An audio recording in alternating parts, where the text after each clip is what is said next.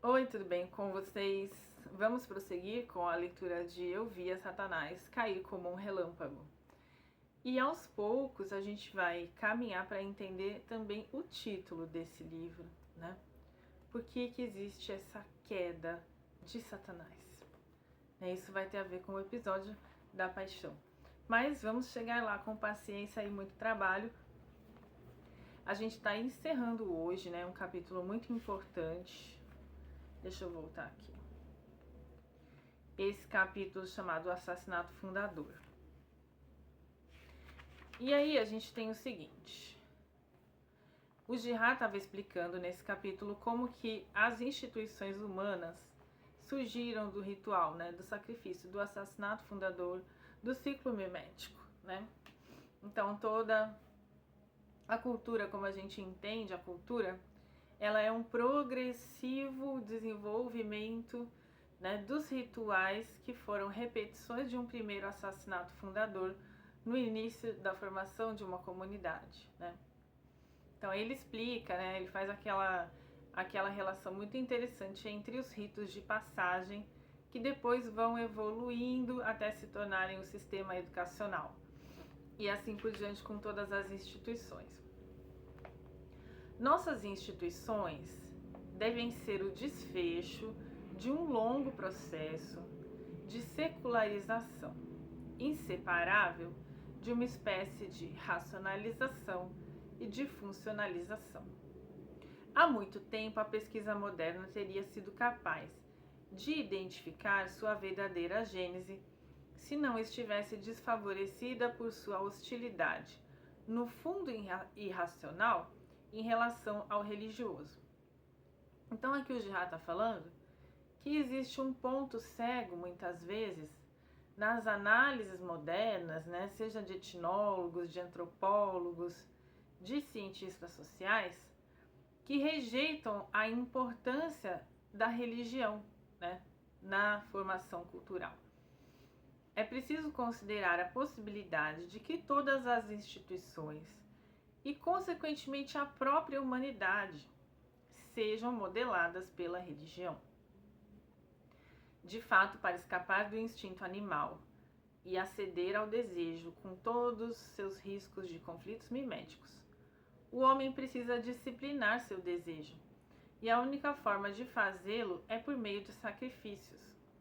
Então, aqui ele está falando o seguinte, que no interior das comunidades humanas, pelo fato da gente ter um desejo que tem um caráter fundamentalmente mimético, essas disputas são inevitáveis. E elas vão acabar numa expulsão, num sacrifício, numa morte de alguém, né?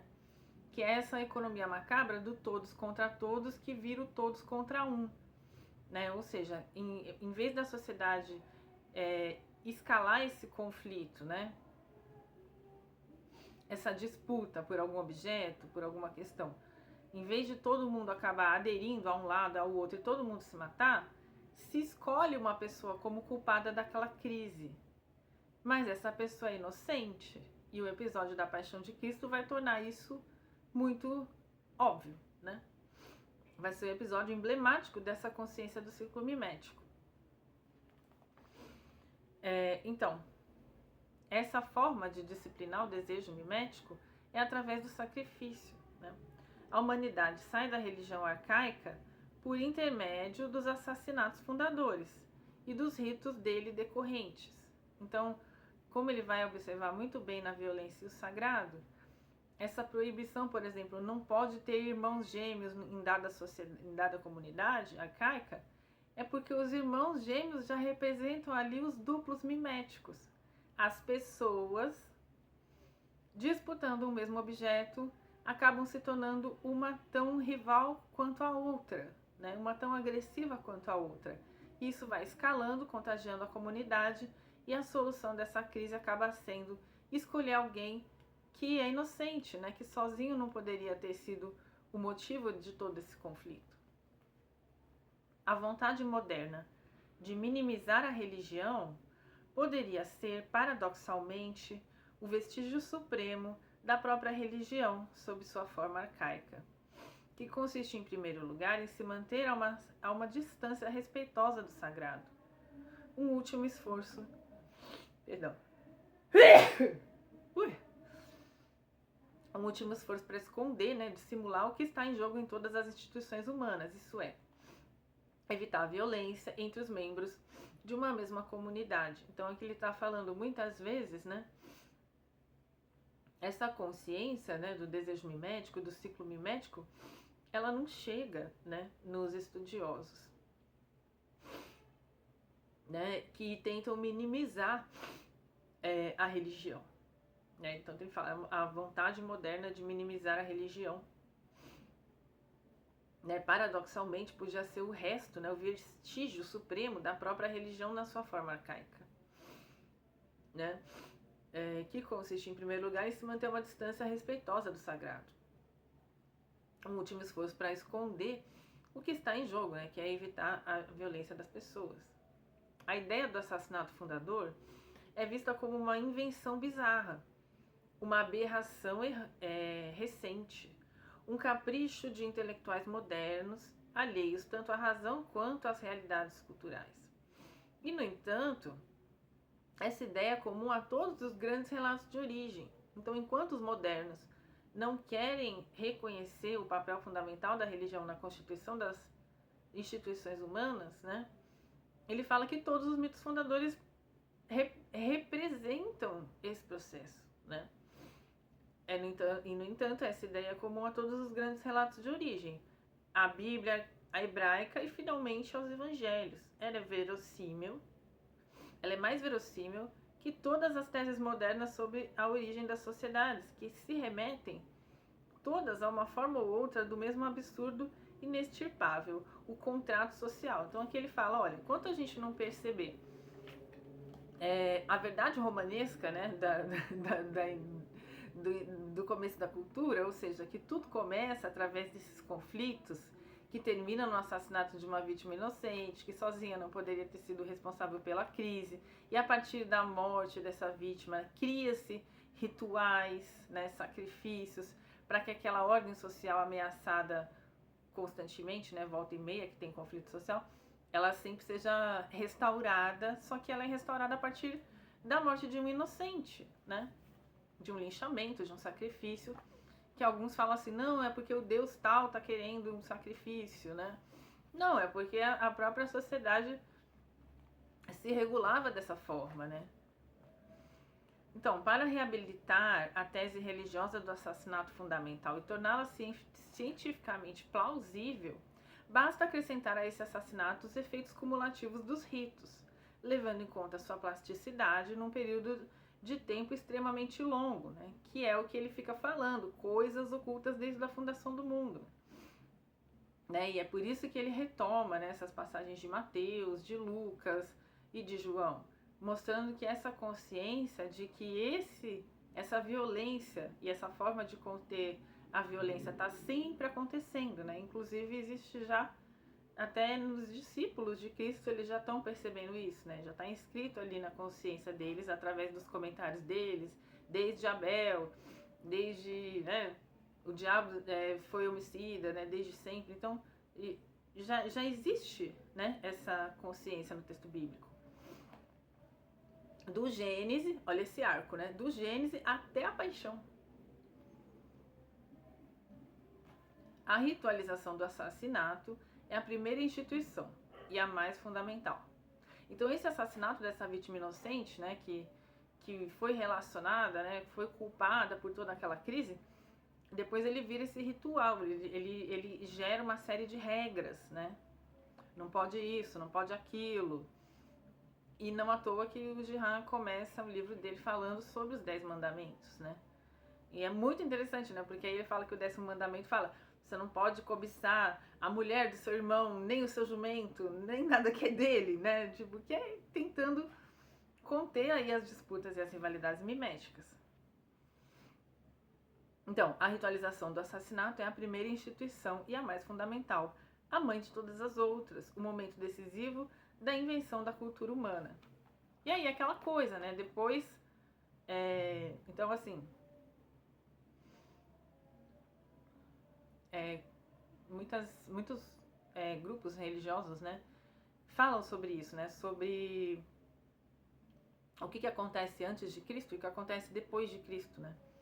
Toda essa consciência em relação aos desvalidos, aos excluídos, né, que hoje a gente tem nas lutas das minorias, né, ela vem também desse conhecimento que é muito ilustrado na crucificação de Jesus, né? No episódio da Paixão de Cristo, né?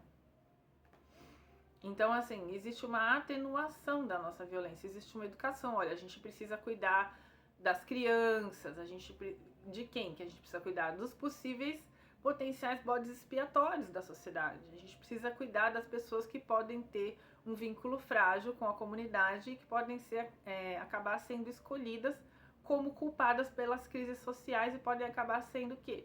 Mortas, linchadas, excluídas, expulsas, né? E aí a igreja vem, né, trazendo essa consciência. A gente precisa cuidar das viúvas, a gente precisa cuidar dos desvalidos, né, do Jesus curando cegos, né, e tudo isso, né. Então é tudo... Tá confuso? Espero que esteja ficando mais claro. Então, assim, é incrível, né, na verdade, é incrível o que ele tá falando, né. Ele tá falando que a Bíblia, ela é uma pedagogia de conscientização, né, tanto individual quanto coletiva, sobre como que a violência humana acontece. E a partir desses valores, né, de amar o próximo, de amar a Deus sobre todas as coisas, de amar o próximo, né, é o que isso, né? O que é você fazer uma caridade, né? Você ir nos hospitais, né, onde estão os doentes, né? E os doentes são o quê? O fármacoi, né?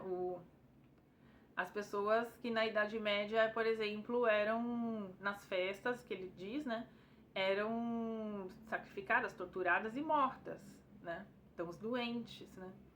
Ou os pobres, né? O mendigo. Quem é o mendigo? O mendigo, se a gente lembrar, é o mendigo de Éfeso, né? Que virou uma papa de sangue e de carne. É muito louco, né? Como é que vai tudo fazendo sentido, né? E aí a gente pensa o que na nossa vida? Quando que a gente sofreu exclusão? Quando a gente tinha alguma capacidade no grupo e aquilo foi mal visto. Ou quando a gente tinha alguma deficiência e aquilo foi mal visto. E aquilo deixou a gente frágil, né? Em relação a esse grupo. Eu tava lembrando, né? Antes de gravar esse vídeo. Porque eu falei naquele vídeo, né? Sobre espiritualidade, que é muito interessante a gente se reconhecer como algoz, né? E aí eu tava lembrando, assim, de situações em que eu contribuí como testemunha, né? Então, por exemplo, teve uma vez, né, numa aula, em que uma moça, ela fez uma pergunta normal, não era uma pergunta boba, assim, no sentido de idiota. Era uma pergunta. E a professora chegou pra ela, na frente da sala toda, e falou assim: você devia jogar xadrez. Faz bem para o raciocínio. Então, o que ela fez ali? Humilhou aquela aluna, dizendo que ela era burra. E ninguém da sala levantou, ninguém da sala se pronunciou, né? Ninguém da sala disse: olha, isso não se faz, né? Então, quando a gente faz isso, a gente está sendo até pior, né? Do que a pessoa que jogou a primeira pedra, porque nós estamos jogando as outras, né? Contribuindo para aquela morte simbólica daquela pessoa, daquele inocente, que sozinho não poderia ter sido culpado pela crise. Então é muito importante também que a gente tenha essa consciência, né, de saber defender esses inocentes, né, de se pronunciar nesses momentos. Só que o que é perigoso de fazer isso? É que a gente pode se tornar o próximo bode expiatório. E por esse medo, a gente muitas vezes não defende as vítimas, né? Porque a gente fala assim: eu não quero ser o próximo, e eu não quero ficar queimado com esse professor, e eu não quero receber essa hostilidade desse grupo. Mas se o desejo é mimético, na hora que a gente defende esse inocente, a gente também vira um modelo ali de comportamento, né? Jesus não falou para a multidão violenta não tacar pedra na mulher adúltera porque todo mundo ali era pecador? Então, nesses momentos em que tem uma pessoa sendo hostilizada por uma autoridade, por exemplo, né, que poderia levar toda uma comunidade a linchar essa pessoa, é muito importante que ali a gente reaja, né, e fala assim, não, isso está errado, essa pessoa, você não tem direito de chamar um aluno de burro. Isso é assédio moral, isso é crime. Eu estou levantando agora, estou indo lá no departamento fazer uma queixa contra você pro orientador, né, pro chefe de departamento. Porque você tem que responder por isso, entende? E a sala toda devia fazer isso, devia se levantar e falar assim, bom, então você que quer dizer que os outros são burros, então você que dê aula pra parede. Porque aqui tá todo mundo aprendendo, sabe assim? Não pode deixar acontecer, né? Agora, claro, isso também seria rivalizar, né, com a autoridade. Então, seria interessante também pensar em como fazer isso de uma forma que não levantasse rivalidade, e sim consciência de compaixão, né? Eu não me santifiquei, então não sei qual seria a resposta. Mas assim, aqui tô insistindo muito, né, sobre não deixar, né, não ser testemunha no sentido de não deixar uma pessoa afundar numa violência pública, né? E nós, como professores, né, e como orientadores, né, não sei, tem pessoas que podem ser aqui orientadores de mestrado, também tudo isso, nós também precisamos observar como que estão as dinâmicas de nossas salas de aula, né? Então, assim, fica aí o desafio, né? Como é que eu poderia ser amorosa com uma pessoa que está humilhando alguém? É complexo, né? Porque é preciso evitar isso, né? Eu poderia falar assim, por exemplo, eu tenho a mesma dúvida, professora, eu também não entendi, igualzinho ela, né? Para não deixar ali a pessoa na solidão daquela acusação. E aí eu poderia virar pra sala e falar, e vocês, pessoal, ninguém entendeu, não é? Entendeu? Podia ser alguma coisa assim, sei lá. Mas assim, não tem condição, né? De se humilhar uma pessoa assim, dessa maneira covarde, né? Então não sei, assim, eu não sou Cristo, né? Eu não sei como é que eu sairia dessa situação de uma maneira justa e compassiva, mas a questão é que por medo da gente se tornar o bode expiatório, muitas vezes a gente não age em defesa de pessoas que estão sendo massacradas, né?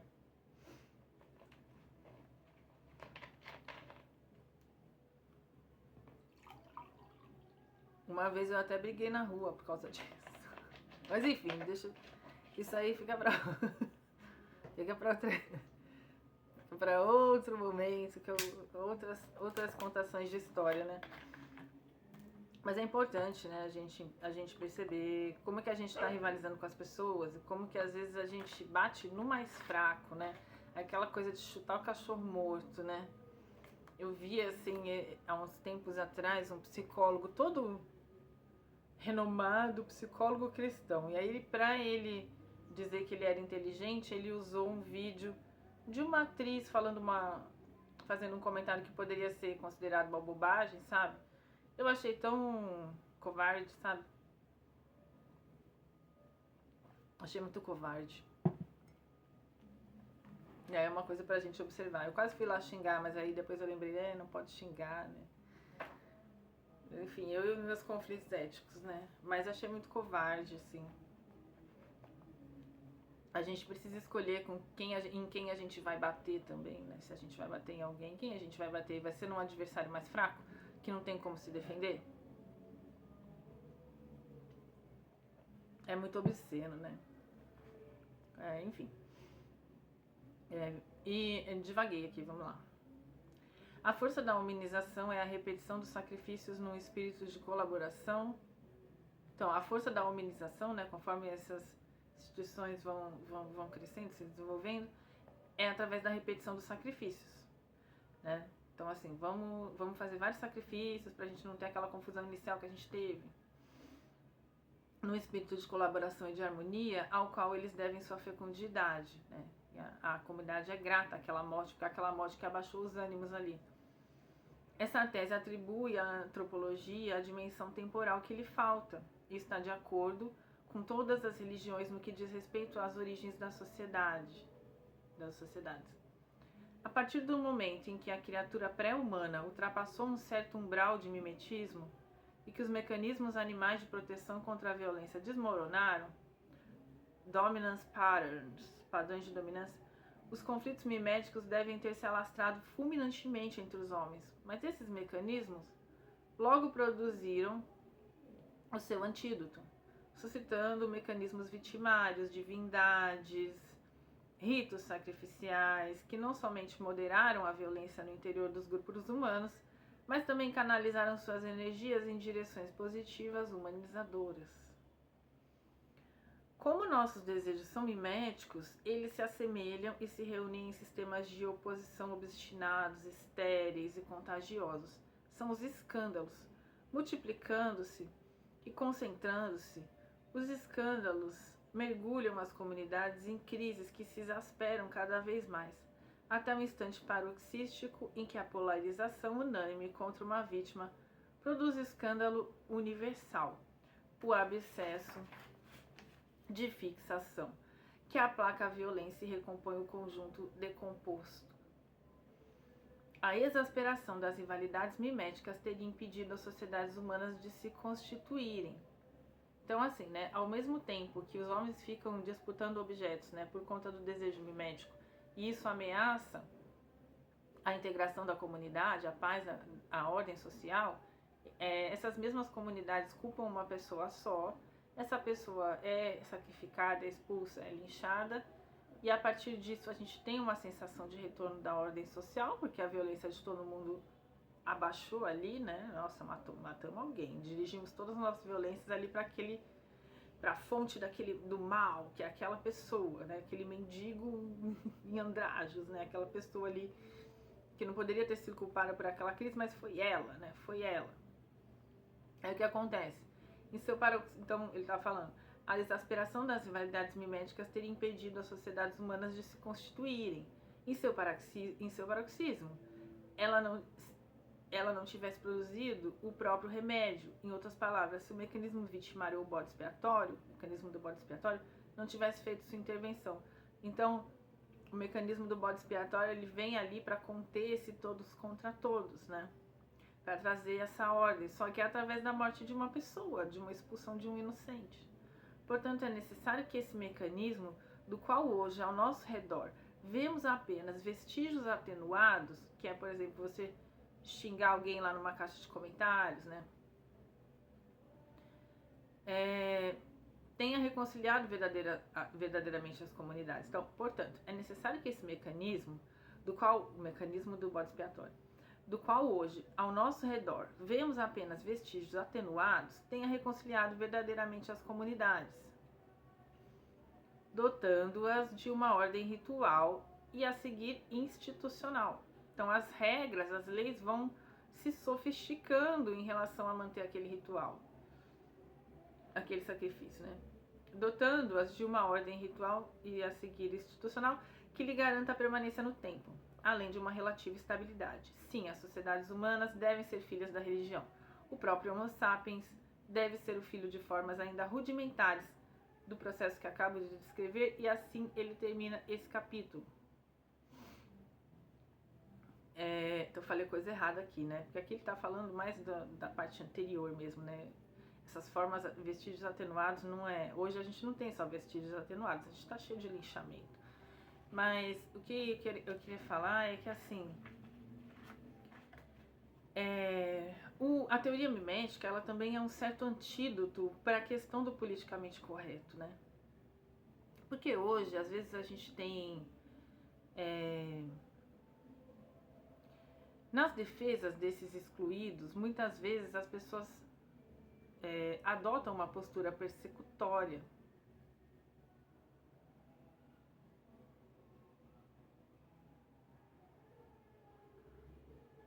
Então é muito complexo, né? Como que a gente pode fazer uma defesa dos excluídos sem estar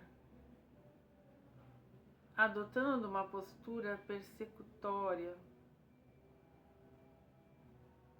Reconhecendo que essa postura persecutória não é o caminho, né?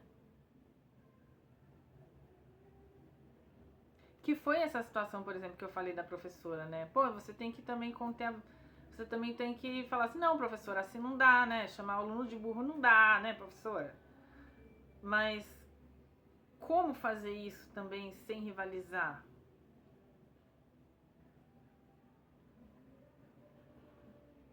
Como seria uma justa revolta?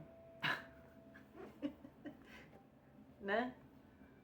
Porque assim, essa consciência dos excluídos, né, que tá muito ligada ao evangelho, ela é muito importante, né? Mas foi o que o James Ellison falou pra mim quando eu tava começando a minha tese, que eu tava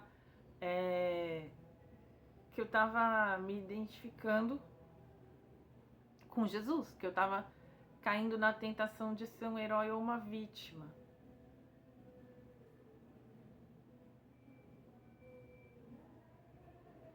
Então, assim,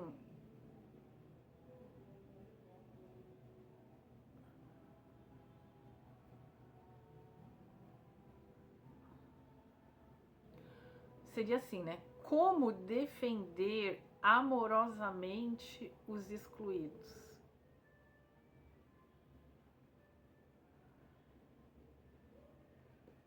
Né? Ai, vamos lá. Vamos uma pausa dramática. Tem problemas que às vezes é melhor a gente, né? A gente deixar eles assim.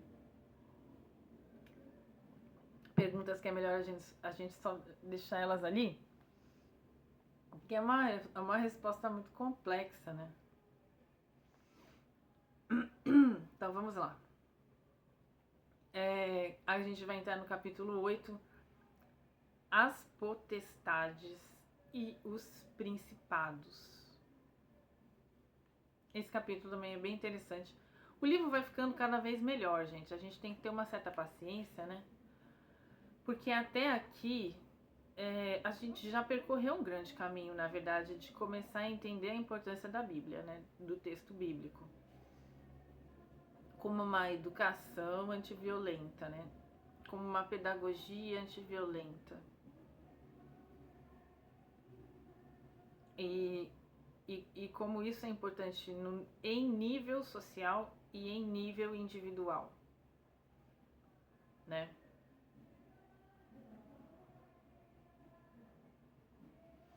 Então vamos lá. O capítulo anterior mostrou que a Bíblia e os evangelhos estão essencialmente de acordo com os mitos para atribuir a fundação e o desenvolvimento das sociedades humanas aos efeitos cumulativos dos mecanismos vitimários e dos ritos sacrificiais. Então, no capítulo anterior mostrou que a Bíblia e os evangelhos estão essencialmente de acordo com os mitos para atribuir a fundação e o desenvolvimento das sociedades humanas aos efeitos cumulativos dos mecanismos vitimários e dos ritos sacrificiais, né? Então, ou seja, a Bíblia e os evangelhos também têm consciência, né, desse ciclo mimético. Assim como os mitos fundadores também têm consciência, só que uma outra consciência. Não tem a consciência da inocência da vítima, né? Devido à sua origem violenta, satânica ou diabólica, os estados soberanos, no interior dos quais o cristianismo surgiu, são alvo da parte dos cristãos de uma desconfiança muito grande. E para nomeá-los, em vez de recorrer a seus nomes habituais, em vez de falar do Império Romano, por exemplo, ou da Tetrarquia Herodiana, o Novo Testamento apela, o mais das vezes, a um vocabulário específico das potestades e dos principados. Então, em vez de ficar acusando só o Império Romano, só o Herodes, né, o Novo Testamento vai falar sobre essas potestades e principados. Se examinarmos os textos evangélicos e neotestamentários, em que se trata das potestades, constataremos que, implícita ou explicitamente, estão associados ao tipo de violência coletiva a qual me refiro o tempo todo. E é muito compreensível se minha tese for exata. Essa violência é o mecanismo fundador dos estados soberanos. No início dos Atos dos Apóstolos, Pedro aplica à paixão uma frase do 2º Salmo. Todos os reis da terra se uniram para fazer perecer o ungido do Senhor, o Messias enviado por Deus. Todos os reis da terra se uniram para fazer perecer Jesus, né? O ungido do Senhor, o Messias enviado por Deus.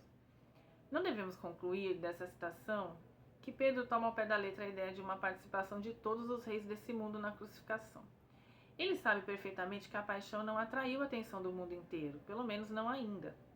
Ele não está exagerando a importância propriamente histórica desse acontecimento. A citação significa que, para além do incidente seguramente menor, Pedro identifica uma relação muito especial da cruz com as potestades em geral, pois todas elas se enraizam em assassinatos coletivos análogos aos de Jesus. Ou seja, né, os estados também vão sendo criados nessa chave aí do mecanismo vitimário. Sem ser a mesma coisa que Satanás, as potestades são todas suas tributárias, pois são todas tributárias dos falsos deuses gerados por Satanás, ou seja, pelo assassinato fundador.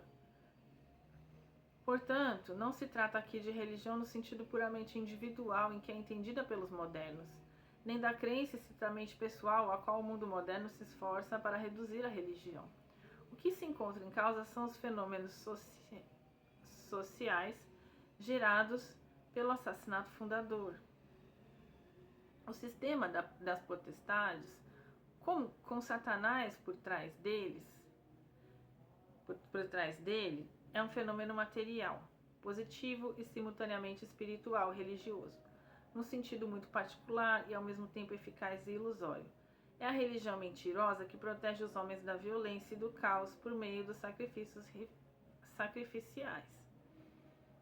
Esse sistema enraiza-se numa ilusão, mas sua ação no mundo é real, à medida que a falsa transcendência pode ser obedecida. Então, o que ele fala aqui, né? Que na medida do seguinte, quando, por exemplo, uma comunidade fala assim, o Deus tal está precisando de sacrifícios, na verdade isso veio de um assassinato fundador, né? E aí isso cria essa divinização, né? Essa segunda transfiguração da vítima que ele fala, às vezes a vítima é divinizada, ou então, né, se cria essa questão, não, o Deus tal ele precisa de um sacrifício. E assim vai se regulando a violência social, né? E aí isso vai evoluindo através dos tempos. O que espanta é o grande número de apelações que os autores do Novo Testamento inventam para designar certas entidades equívocas. Ora, elas são ditas potências deste mundo, ora, ao contrário, potestades celestes. E também soberanias, tronos, dominações, príncipes do império do ar, elementos do mundo, arcontes, reis, príncipes desse mundo, etc.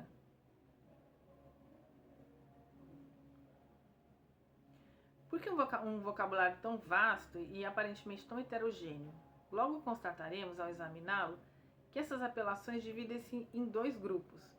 Então, assim, ou é a coisa lá do céu, né, celeste, ou é a coisa aqui da terra. Então, expressões como potências deste mundo, reis da terra, principados, etc., afirmam o caráter terrestre, sua realidade aqui embaixo em nosso mundo. E expressões como príncipes do império do ar, potências celestes, etc., insistem ao contrário na natureza não terrestre e espiritual dessas entidades. Ou é o rei da terra ou é o escolhido por Deus, é o celestial, né? Trata-se certamente das mesmas entidades nos dois casos. As potências ditas celestes não se distinguem em nada das potências desse mundo. Por que dois grupos de apelações? Seria porque os autores do Novo Testamento não sabiam exatamente o que queriam dizer? Penso, ao contrário, que é por saberem demais, que eles oscilam constantemente entre as duas terminologias. Esses autores têm uma consciência aguda da natureza dupla e ambígua daquilo que falam. O que eles procuram definir são as combinações de potência material e de potência espiritual, que são as soberanias enraizadas no assassinato coletivo. Tais autores desejariam nomear de modo mais rápido e econômico. Tais autores desejariam nomear de modo mais rápido do modo mais rápido e econômico possível essa realidade complexa. Penso que se eles multiplicam as fórmulas, é porque os resultados que obtêm não os satisfazem. Dizer que as potestades são mundanas significa insistir em sua realidade concreta nesse mundo de baixo. Significa ressaltar uma dimensão essencial, mas em detrimento da outra, religiosa, que, embora ilusória, repito, tem efeitos muito reais, né, demasiadamente reais, para serem escamoteados.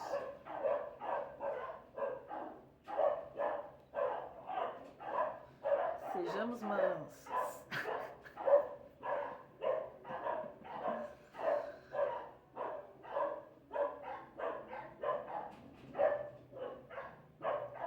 Quanta oportunidade, né, de crescimento espiritual que a gente tem, né? Obrigada, Senhor.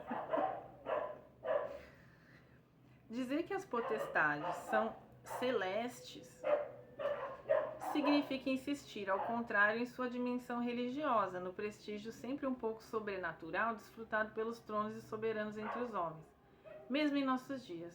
Isso pode ser observado no espírito cortesão que reina junto a nossos governos, por menos impressionantes que sejam. Esse segundo vocabulário, né, de ser celestial e tal, apaga tudo que o primeiro ressalta e vice-versa.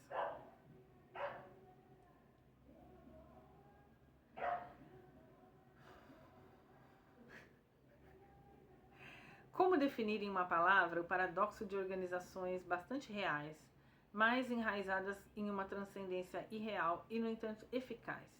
Se as potências têm muitos nomes, é em razão desse paradoxo constitutivo, dessa dualidade interna, que a linguagem humana não consegue dizer de modo simples e unívoco.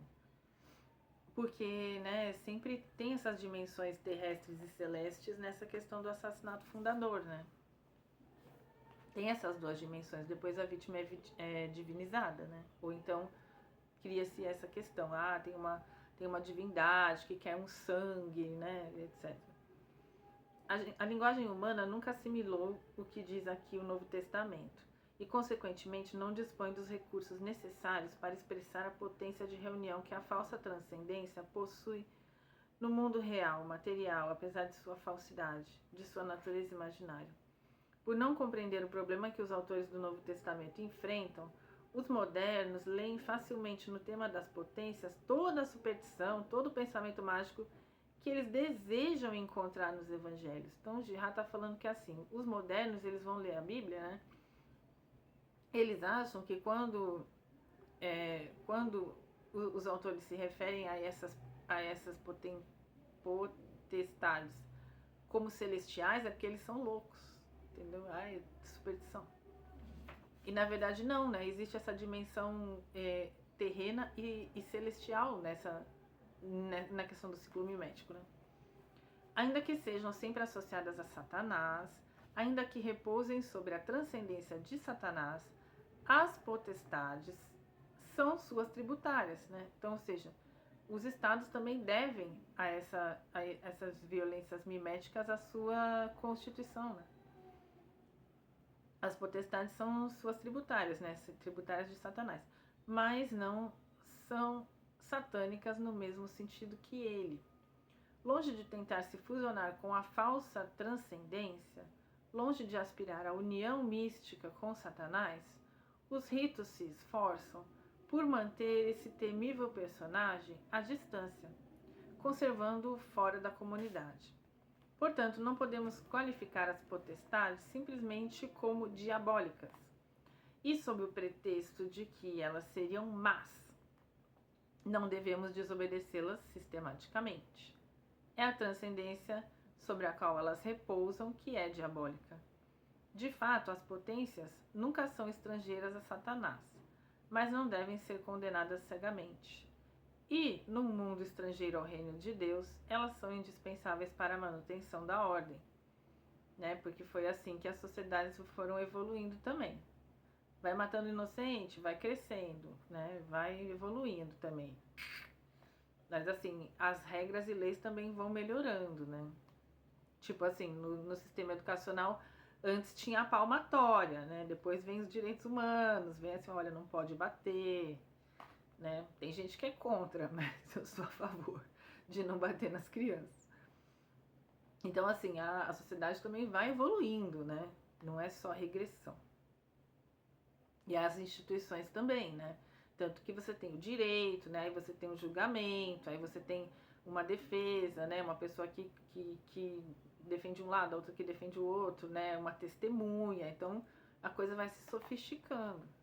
Não é mais, me roubou, eu vou lá te roubar, né? Me cortou minha mão, eu corto a sua mão, né? Olho por olho, dente por dente. Não, agora a coisa tá, né? Vai evoluindo, né? A consciência também vai evoluindo. Hoje eu tô meio esquisita, né? Não sei como é que tá o meu pensamento, não sei. Esses capítulos são bem difíceis também, são áridos. Então, vocês têm que me dar um descontinho também. Então, de fato, as potências nunca são estrangeiras a Satanás, mas não devem ser condenadas cegamente. E no mundo estrangeiro ao reino de Deus, elas são indispensáveis para a manutenção da ordem. Isso explica a atitude da Igreja a respeito delas. Se as potestades existem, diz São Paulo, é por terem um papel a desempenhar e por serem autorizadas por Deus. O apóstolo é realista demais para lançar-se numa guerra contra as potestades. Ele recomenda aos cristãos que as respeitem e até as honrem, enquanto elas não lhes exigirem algo contrário à verdadeira fé. O Império Romano é uma potestade. Ele é, aliás, a potestade por excelência no universo em que surgiu o cristianismo. Ele deve, então, repousar sobre um assassinato fundador, um assassinato coletivo análogo à paixão, uma espécie de linchamento. À primeira vista, essa doutrina parece inverossímil, absurda. Dizem que a fundação do império é recente demais, artificial demais para poder ser relacionada a uma questão tão arcaica quanto o nosso assassinato fundador.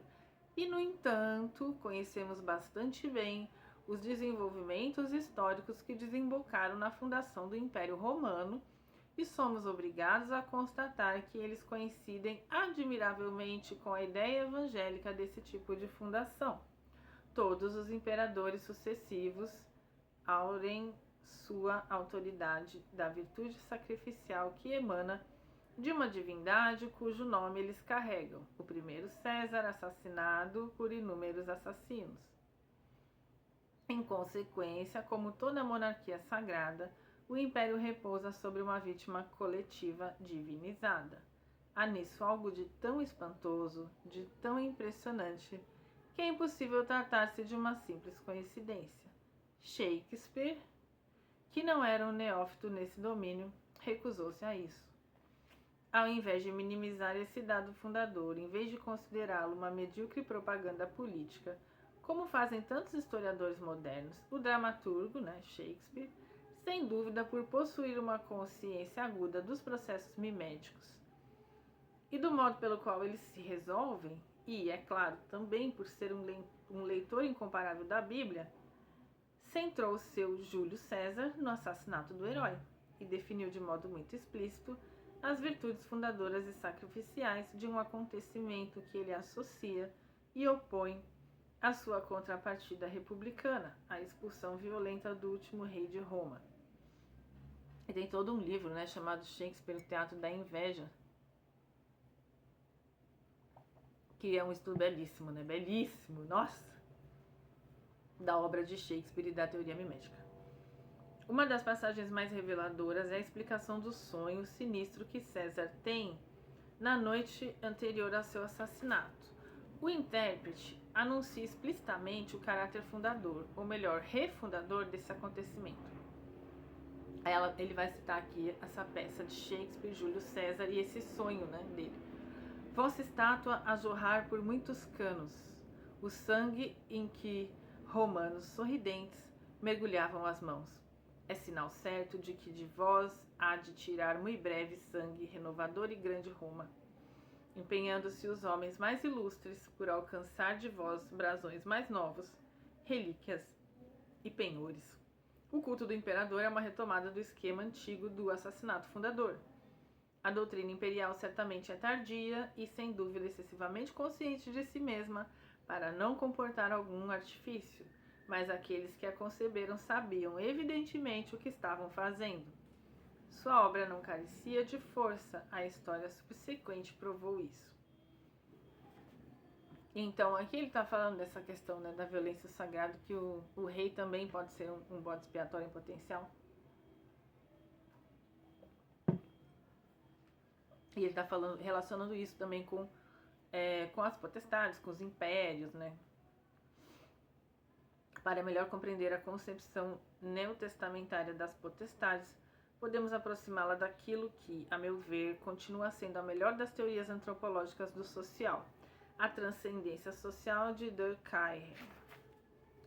O grande sociólogo identificou nas sociedades arcaicas uma fusão de religioso e de social que se aproxima do paroxismo constitutivo das potências e dos principados. A união dessas duas palavras, transcendência e social, foi muito criticada.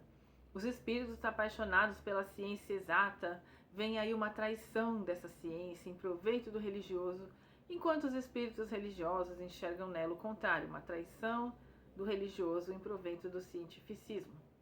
Antes de criticar, é preciso, em primeiro lugar, tentar compreender o esforço de um pensador que procura ultrapassar as abstrações simétricas dos teóricos de seu tempo e do nosso.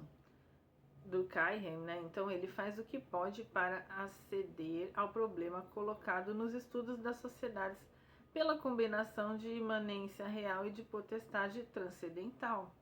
Embora enraizada na mentira, a falsa transcendência da religião violenta revela-se efetiva enquanto todos os membros da comunidade a respeitarem e obedecerem.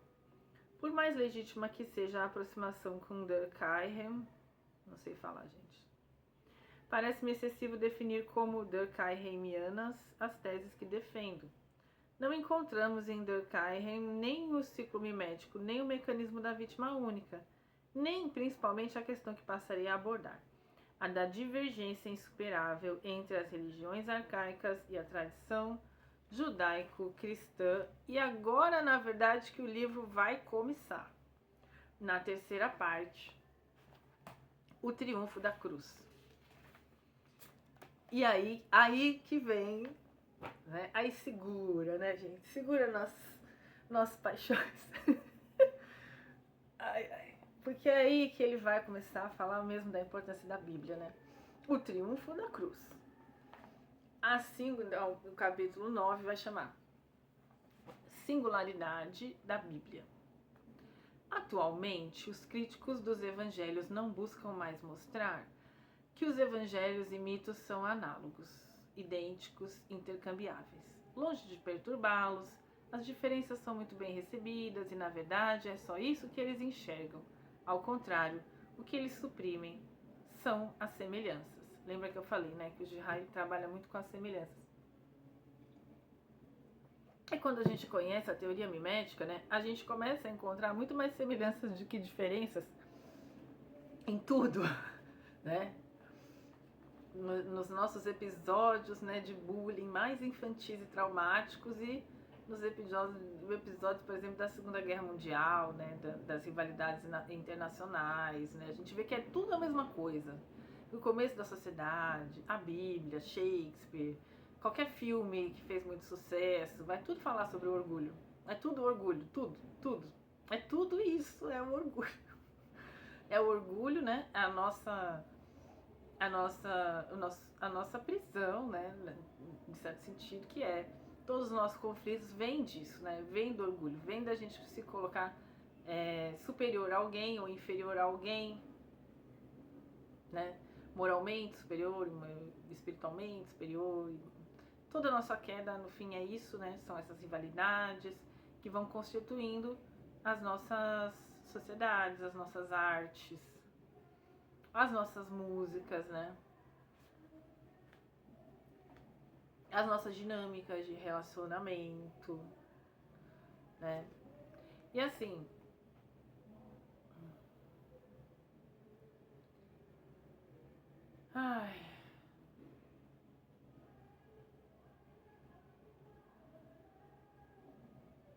Às vezes, sabe, eu tenho algumas coisas que eu quero falar, né, que eu tentei falar, assim.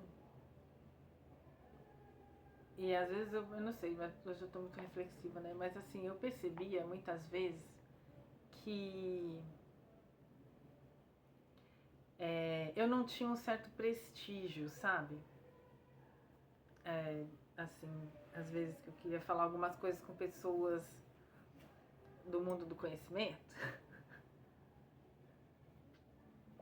Porque existe muito esse preconceito com a religião, né? As pessoas acham assim, que se você é religioso, você vendeu a sua capacidade de pensar para uma instituição assassina, entendeu?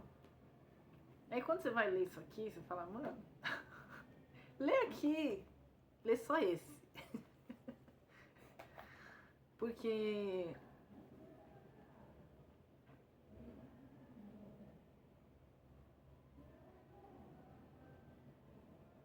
se a gente for uma pessoa muito oportunista, a gente ainda vai se beneficiar muito de conhecer a teoria mimética, até se a gente não tiver caráter, né?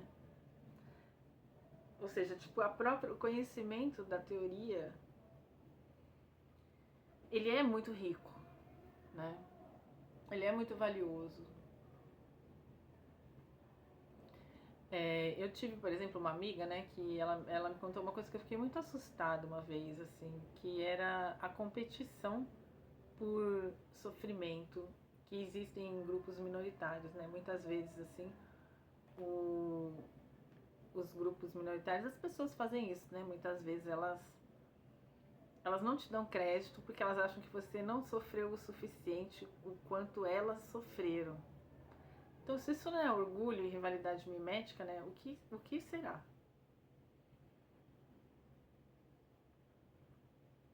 Então, assim, quanto mais, na verdade, essa teoria tiver divulgada, né? Melhor para todos, né?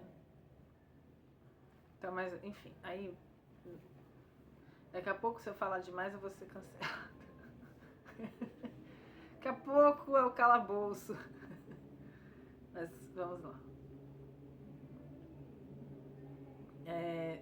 Se só existissem diferenças entre as religiões, elas comporiam uma única e vasta indiferenciação. Não poderiam mais ser consideradas verdadeiras ou falsas. Como não se pode considerar verdadeiro ou falso um conto de Flaubert ou de Maupassant? São duas obras de ficção, e afirmar que uma delas é mais verdadeira que a outra seria absurdo. Essa doutrina seduz o mundo contemporâneo. As diferenças são alvo de uma veneração mais aparente que real. A impressão é de que são levadas muito a sério, quando na verdade não lhes é atribuída mais nenhuma importância. As religiões, todas elas são consideradas puramente míticas, mas cada uma a seu modo, que é inimitável, claro. Cada um é livre para comprar o que lhe agrada no supermercado da religião. Gostos e cores não se discutem. Os velhos etnólogos anticristãos pensavam de outra forma. Como os cristãos, acreditavam numa verdade absoluta. Para evidenciar a falta de solidez dos evangelhos, esses velhos etnólogos anticristãos pretendiam demonstrar, como sabemos, que esses últimos assemelhavam-se demais aos mitos para não serem míticos. Então você vê, etnólogos anticristãos estavam querendo aproximar os evangelhos de mitos, para falar que ó, é tudo doideira, entendeu? Fantasia. Portanto, como eu mesmo faço, eles buscavam definir o dado comum entre o mito e os evangelhos. Esperavam que ele fosse tão considerável que nenhuma diferença maior poderia mais se introduzir, se assim podemos dizer, entre os mitos e os evangelhos. Era assim que tentavam demonstrar o caráter mítico desses últimos. Esses pesquisadores laboriosos nunca descobriram o que buscavam, mas, na minha opinião, tinham razão em obstinar-se. Sabemos que o dado comum aos mitos e aos evangelhos existe, é o ciclo mimético ou satânico. É a sequência tripartida da crise inicial, seguida da violência coletiva e finalmente da epifania religiosa. Paradoxalmente, foi o anticristianismo dos velhos etnólogos que impediu de descobrir todas, itálico, as semelhanças entre os evangelhos e os mitos. Sem dúvida por medo de serem novamente tragados pelos evangelhos que eles os mantinham à distância. Esses etnólogos, anticristãos, se considerariam desonrados se os estivessem utilizando, como eu fiz nos 3 primeiros capítulos. Então é esse negócio, as pessoas no fim elas projetam na religião, e rivalizam com a religião. E às vezes não conseguem enxergar alguns dados interessantes, que ele está falando aqui, por exemplo, a semelhança entre mitos e texto bíblico no sentido do ciclo mimético, dos dois descreverem o ciclo mimético, só que cada um com uma consciência diferente. Após ter identificado o ciclo mimético, graças aos evangelhos, nós o reencontramos facilmente, em primeiro lugar, na lapidação de Apolônio e, em seguida, em todos os cultos míticos rituais. Sabemos, a partir de agora, que as culturas arcaicas constituem essencialmente em administrar o ciclo mimético, com o auxílio de mecanismos vitimários e de suas repetições sacrificiais. Até aqui, ok, o que o livro está falando há vários capítulos. Os velhos etnólogos seguiam o método inverso.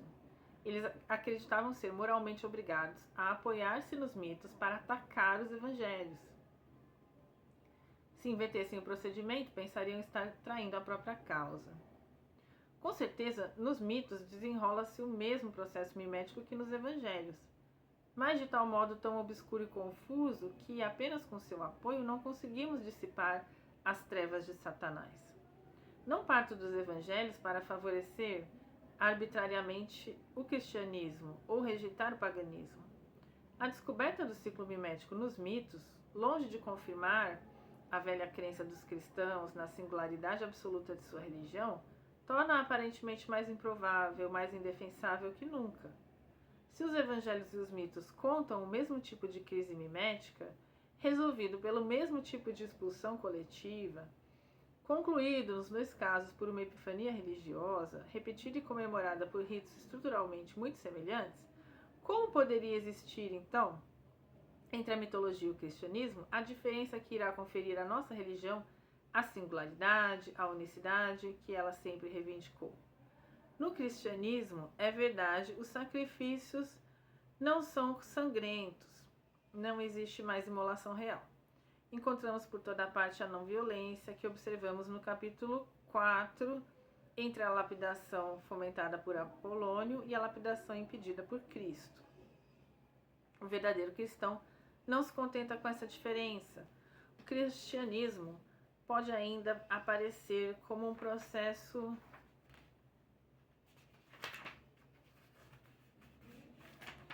mítico atenuado, adocicado, mas essencialmente inalterado.